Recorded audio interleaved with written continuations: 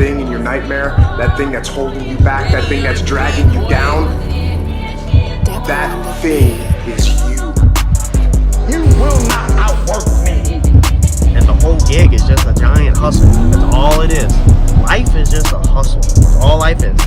One giant hustle. Alright everybody, welcome back to the channel. So we are working on Randy's stuff this afternoon. Now it's late. You got the pardon the noise in the background. Ed did decide to come in late tonight, and he decided to pull some night shift with me also.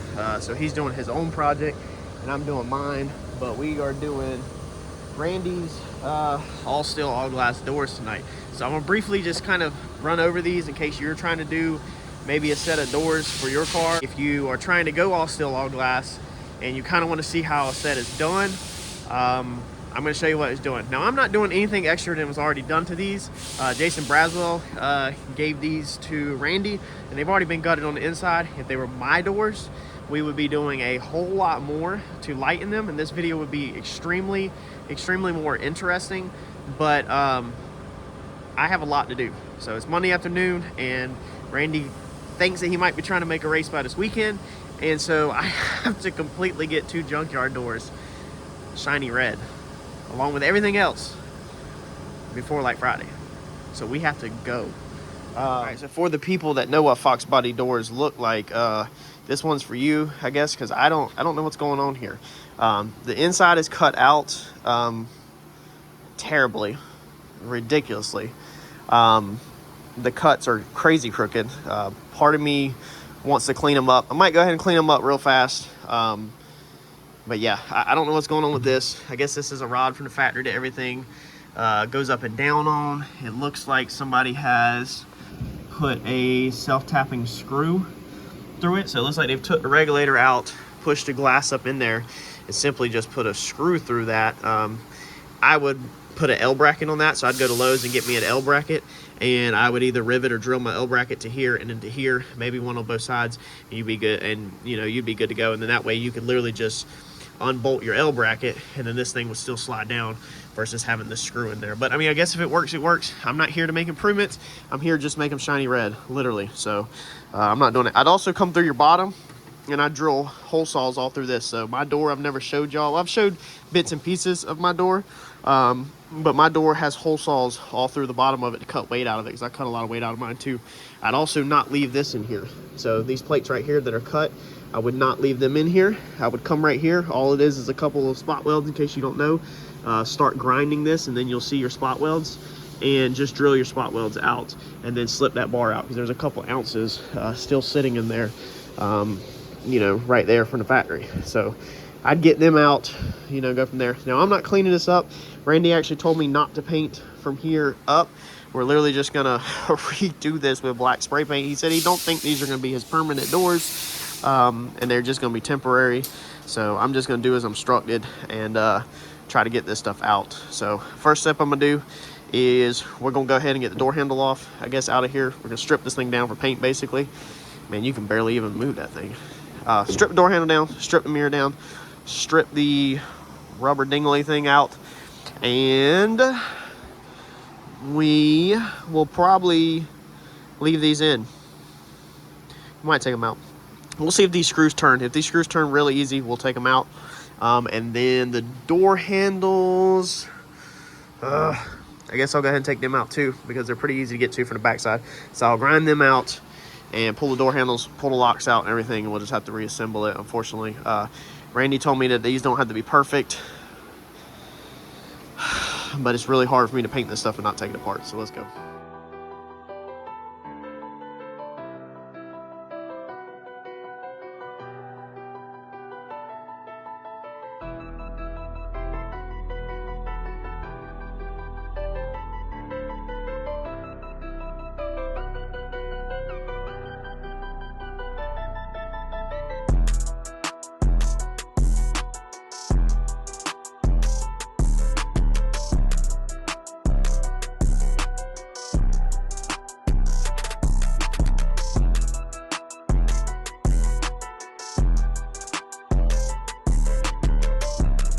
All right, we lost the son, we lost Ed, he's out for tonight, and we gained all of this crap. Man, that is the worst part of doing that. So as you see in time lapse, we prepped these doors out. I cleaned up the insides of them and then went on the outside and heated up the double-sided tape with a torch and then carefully try to pull it back so I didn't damage it. I understand that these moldings, I don't know if they make repops or not, but I think some of them are hard to find, or originals are hard to find, so I don't want to be the one damage any parts that can be repurposed. Immediately chunked them on the ground down here so they're laying nice and level. Since they were warm, threw them down on the concrete, laying nice and level. They're curled up on the ends, but it is what it is. I don't know if anybody will ever need them. Randy don't need them for his car because his quarters don't have them, his fenders don't have them, so we don't need them on the door. The fastest way to get this off, I'm all about speed tonight, as you know. Like I said, it's Monday night. I gotta have this stuff done fast. So I'm rolling through it the fastest way I know possible on all my tips and tricks. I completely gutted everything out of it, and then when it's time to get the double-sided tape off, I used a grinder, an angle grinder, with the wire wheel on it, so just one of these, okay, to just blast it off. It gets all over your stomach and your shirt and everything, but it is what it is. We're not going to pull off this piece of trim right here. Let me flip. So we're not pulling off this trim. Randy says fast as possible. That, you know, we don't have to be perfect with these, and we're going black from here up anywhere. Now he said don't take the seals out because he don't want to, I guess, purchase other ones. They're dry rotting and cracked. What's left of them, we're not going to damage them or mess with them no more. I went ahead and pulled the glass out because it wasn't that hard. That way, hopefully, it's less stuff in my way to damage or anything, and I kind of work faster. And then while the glass is out, we can clean it up. Maybe we'll have time to retint them windows real fast before they go back in. I hope we do. But that's the least of our worries. We can technically tint them at the racetrack. But got all that pulled out. I'm leaving that seal in just because, y'all, it looks like it's riveted from the bottom. So I'm not exactly sure how this thing comes out. I know it's old. I know it's brittle. I know we're just going to leave it in there. If you ever wanted to replace it later, or if you ever replace yours later after your doors have been painted, all you have to do is, when this is out, tape you a tape line from right over that edge, just a little past where the seal would be, okay? And mask off your freshly painted stuff, and then rattle can from here this way. Put your new seal in, and that will give you a straight line where you don't see your old paint. So in our situation, it's going to be white underneath here. And if you put the new one in, you might see a little bit of white. So we would make sure that before we pull this seal, after this is painted, if he ever for some reason want to change this, or you want to change this, take a Sharpie, draw a Sharpie line down after this is painted, later down the road when you get some money saved up and you want to restore all your seals and stuff, and then tape from this side of the Sharpie down, spray paint all this, put your new seal in, and then that way you have a black line so you don't see it. We also come in here and dollied. We drilled out our door handle rivets, grinded them from the backside, and then drilled, then actually knocked them through. I didn't drill them out. Grinded them from the backside, knocked them through with a punch. That mushroomed them facing this way up. So I took a dolly, put it on the backside, hammered it out, made sure that was all nice and flat now before paint, so that all we got to do is reassemble them. If I can just get these doors knocked out and back over to Randy's shop, then he can work on the minor details and we can reassemble, you know, later on or whatever. I just got to get this paint knocked out. So this thing is ready for paint work. We're ready for prep work. I'm not going to time lapse it because we went over prep a million times. I'm going to grind off this double-dotted tape. This pinstriping with the little 90-degree grinder, because it is so old, an eraser wheel is probably not going to get it off. It's probably just going to crumble, so we're just going to rock and roll with that. We're going to be putting 2K primer over this whole door anyway. And then on my backside, what I did is I cleaned up the edges. So I cleaned up all the edge cuts so they're nice and neat. It didn't take too long. You know, when I wash this door, I'll get inside here and wash everything. And we went ahead and pulled all of our strikers out. You know, got all that, our latch out, got everything out. Now I left them in there because, again, I don't have time. So if, you know, if that ever wanted to be redone, it could. But I'm gonna go ahead and paint inside this door red, and then probably the inside of the actual door, like the up in there, probably spray paint it black, is what I'm thinking. But again, that can be done after everything's painted. I was looking at that little stop right there. I guess we'll just leave that in there and paint over it. I've already done probably more than Randy even wanted me to do, period. To get your Phillips screws out on here for your latch, it's probably gonna be a little hard. They do make a special tool that you put a Phillips bit in and you hit it. It's like an impact driver thing and it shocks it. You could do the same thing with a hammer and a Phillips screwdriver. Stick your Phillips screwdriver on your things and then hit the end of the screwdriver with it on the screw. and that will shock the threads, and then you should be able to turn it out with a little bit of pressure. That's what I did. I couldn't get them to budge.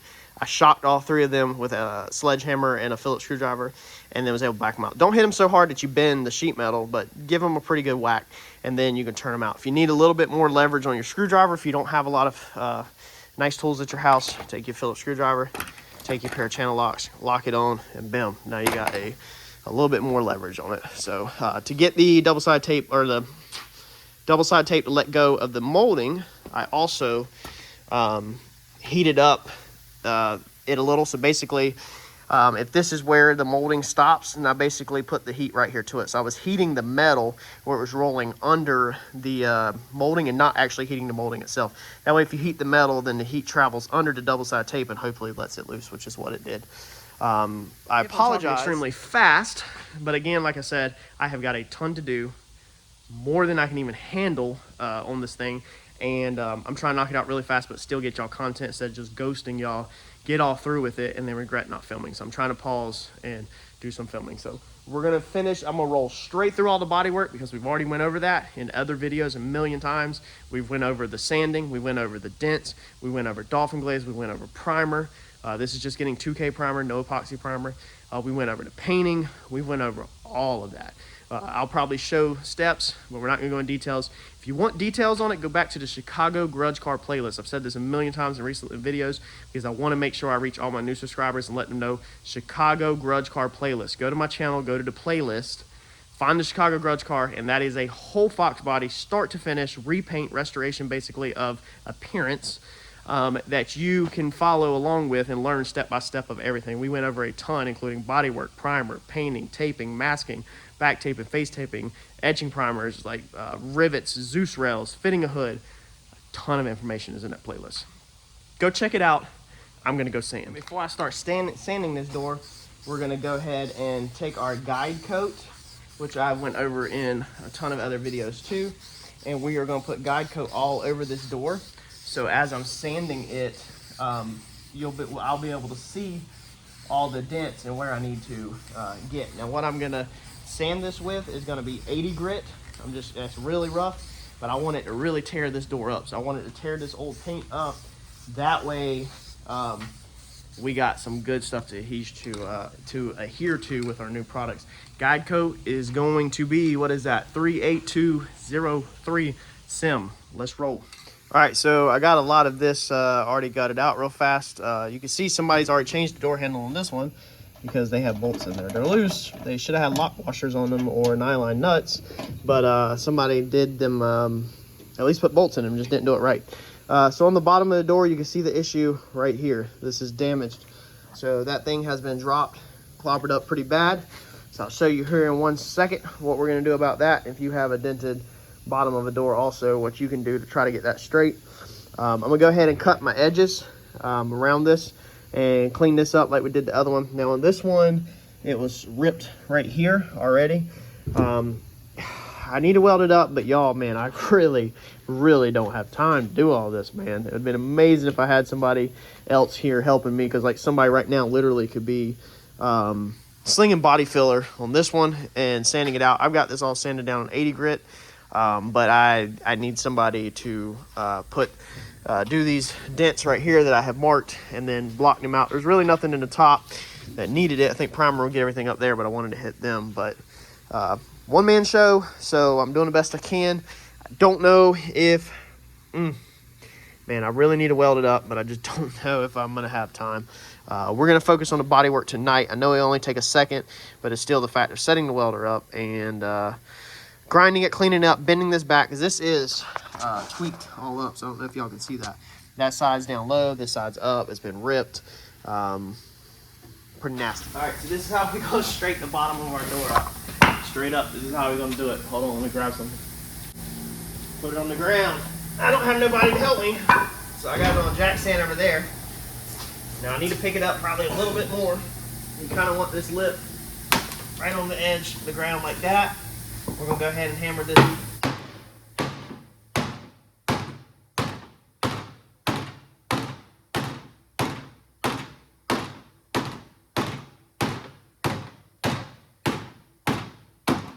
You're using your concrete that started as a straight edge. then we're going to take our 2x4. We're going to try to straighten it out. Like that. Now we'll put it back on our sawhorse. We'll dolly it straight. Easy peasy, right? This is what it looks like without. You can see we got some nasty crap going on right there. We're going to have to freaking dolly. But this is what it looks like without dollying it yet. So we are freaking close, man. We take that straight edge on that dolly and go across that and then slick that out with body filler, and we should be good. We got some highs. You see the highs up there, but y'all know how to find them highs because I went over it in the Chicago Grudge Car playlist. When we did that car, I went over how to find highs and lows. So let me dolly that out and then get this molding off, and we are in our second door. All right, so I got my dents all smeared out. I should have mixed this a little hotter because it is not wanting to kick off quite as fast as I want it. Kind of just standing around for a second, waiting for it to flash off. You can see where I put fingerprints in it because there it goes. Because it is still slightly sticky. You can hear it. So waiting for that to flash off. Normally what we would do on this is we would do our body work like we did on other cars in the past. Do your body work, prime, block your primer out, and then probably prime again, then block that out, and your second coat of primer will be the coat that you really get freaking straight. But Randy just wants to get these on the car. So I think what we're going to do is we're going to block our body filler out, put primer on it, block our primer out, send it to paint the outside, and paint the inside before we send the outside to paint. We'll probably go ahead and paint our inside with base coat and then a base coat tinted clear coat like I have showed in the past on the channel. And we're not going to do any, I don't think we're going to do any work to the actual inside of the door as far as primer work and everything. We're just going to get it the same color with really thick, cheaper clear coat. So that is the goal for right now. It's getting late. I was hoping that I could get this sanded and primed, but if this stuff don't really kick off, it's just still so sticky. If it don't kick off really fast, then I'm not going to make the primer tonight because I can't sit around but for so long just waiting. I'd rather call it a day. What y'all think? Y'all think I should go ahead and wrap it up and head to the house? I think we could call it a wrap. I think we can. I think I got y'all pointing in the right direction on your all-steel, all-glass doors. You know what to do from here. You've watched the videos. You know how to prime this. You know how to block your primer. You know how to paint this. I'll show you how they turn out whenever we're done. But that is how you get started for your all-steel, all-glass doors on your project.